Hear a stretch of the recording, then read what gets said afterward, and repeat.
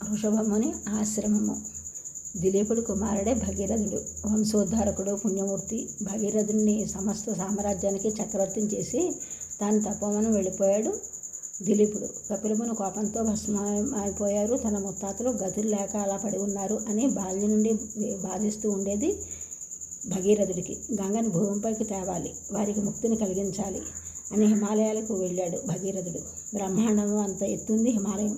నక్షత్ర మండలం అంటుతున్నాయి దాని శిఖరాలు. రకరకాల ధాతువులతో నిండి ఉన్నాయి. అవి తెల్లటి మంచు శిఖరాల మీద నల్లటి మేఘాలు అద్భుతంగా ఉన్నాయి. రంగురంగుల రత్నాలతో విచిత్రంగా ఉన్నాయి గుహమందిరాలు. వాటిల్లో తమ తమ భార్యలతో విహరిస్తున్నారు దేవతలు, గంధర్వులు, విద్యాధరులు, సిద్ధులును. ఎంత అందంగా ఉందో అంత భయంకరంగా ఉంది హిమాలయం. హిమాలయంపై గంగాదేవి కోసం తపస్సు చేశాడు భగీరథుడు. అడవి పళ్ళు అవి మాత్రం తింటూ ఎన్నో వ్రతాలు చేశాడు. ఉపవాసాలు, దేవపూజలు, జపాలు చేశాడు. ఎన్నో సంవత్సరాల దృష్టితో ఉన్నాడు. అతని తపస్సుకు మెచ్చింది గంగాదేవి. ప్రత్యక్షమైంది. ఎందుకని తపస్సు చేస్తున్నావు, ఏం కావాలని అడిగింది. భక్తిపూర్వకంగా దండ ప్రణామాలు చేశాడు భగీరథుడు.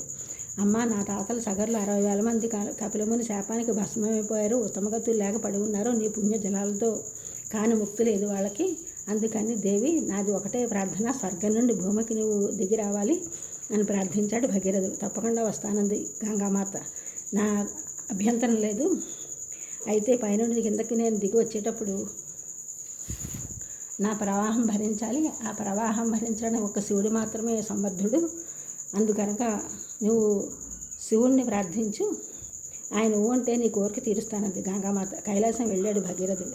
శివుని కోసం తపస్సు చేశాడు. ఎంతో అంతకాలానికి ప్రత్యక్షమయ్యాడు శివుడు. వెళ్ళు, గంగని భూమిలో రమ్మను, నేను భరిస్తాను అన్నాడు. మళ్ళీ వచ్చి గంగని ప్రార్థించి భూమిపైకి తెచ్చాడు భగీరథుడు.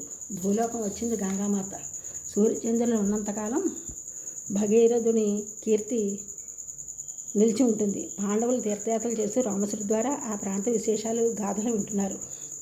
అక్కడ నుండి హేమకూటం వెళ్ళి పాండవులకి ఒక వింత కనబడింది. ఎక్కడ ఏమీ కనపడదు. రాళ్ళు పడుతున్నాయి, గాలి వీస్తుంది, వర్షం కురుస్తూనే ఉంది. చదివేవాళ్ళు లేరు కానీ వేదఘోష వినిపిస్తోంది. సాయంత్రం ప్రాతకాలం అగ్ని ప్రజ్వలుతూనే ఉంది. ఏమిటి విశేషం అని అడిగాడు ధర్మరాజు రామసుని. ఇక్కడ ఋషభకూటంలో ఋషభముని శతాధిక వృద్ధులు తపస్సు చేస్తూ ఉంటారు.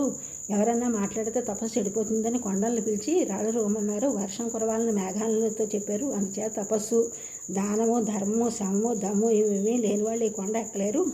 దేవతలు ఋషభముని దర్శనం కోసం వస్తూ ఉంటారు అని రామసుడు ధర్మరాజుకి చెప్పాడు. ఈ ఛానల్ చూసిన వారందరూ కూడా సబ్స్క్రైబ్ చేయండి.